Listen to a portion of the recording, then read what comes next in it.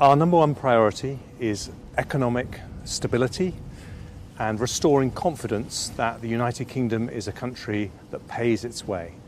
And for that reason, the medium-term fiscal plan is extremely important, and I want to confirm that it will demonstrate debt falling over the medium term, which is very important for people to understand. But it's also extremely important that that statement is based on the most accurate possible economic forecasts and forecasts of public finances.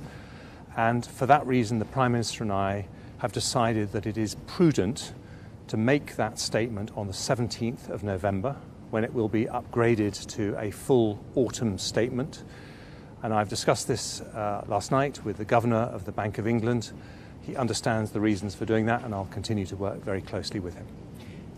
It's only 10 days since the Governor of the Bank of England said that having the government's plans first and then the interest rate decision on the 3rd of November was the correct order of events. By moving this until after the interest rate decision, aren't you just risking more uncertainty, more chaos, more market turbulence?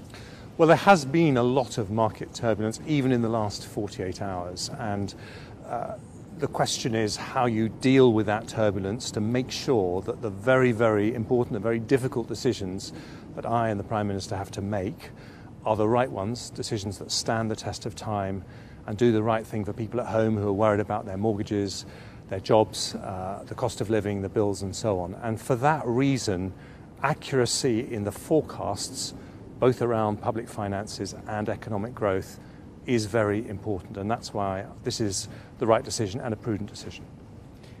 You were already getting forecasts from the OBR. People look at this delay and think, hang on, this is because either the Prime Minister wants to check your homework or because the new Secretaries of State are kicking back against the spending cuts you want for them. What is the problem here, and is it to do with the new Cabinet not wanting to go along with your plans?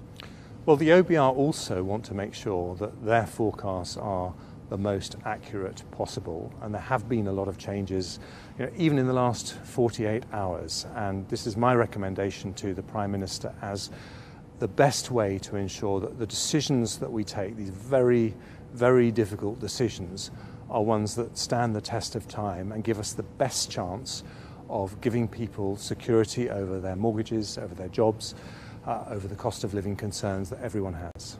This statement has moved backwards and forwards like someone learning how to park a car. Do you feel any twinge of embarrassment that your party has led to this having to shift about like this? Well, I think I have demonstrated in the short time that I've been Chancellor that I'm willing to take decisions very quickly, and I'm willing to make choices that are politically embarrassing if they're the right thing to do for the country, if they're in the national interest. Now we have a new Prime Minister and the prospect of much longer term stability for the economy in the country. And in that context, a short 2.5 week delay is the best way we will make sure that it is the right decisions we take. And very briefly, it's reported today that one of the reasons the Home Secretary was sacked last week was because she'd shared OBR sensitive information. Are you happy that Suella Braverman is back as Home Secretary, and would you trust her with sensitive information? Well, she apologised for her mistakes. She has been fully accountable for those mistakes. She stepped down as Home Secretary. But from the point of view of people at home who want stability in the economy, they also need to see a united Conservative Party, and that's why the Prime Minister has put together a cabinet of all talents. Good. Thank you, Chancellor.